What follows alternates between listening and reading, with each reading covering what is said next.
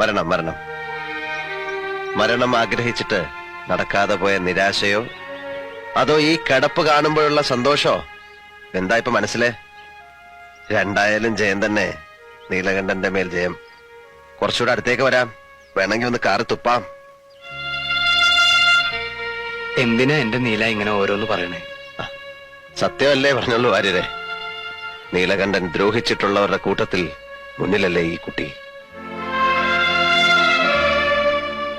ഞാൻ പോകുന്നു വാര്യമാവ. വന്നതിൽ സന്തോഷമുണ്ട് കേട്ടോ.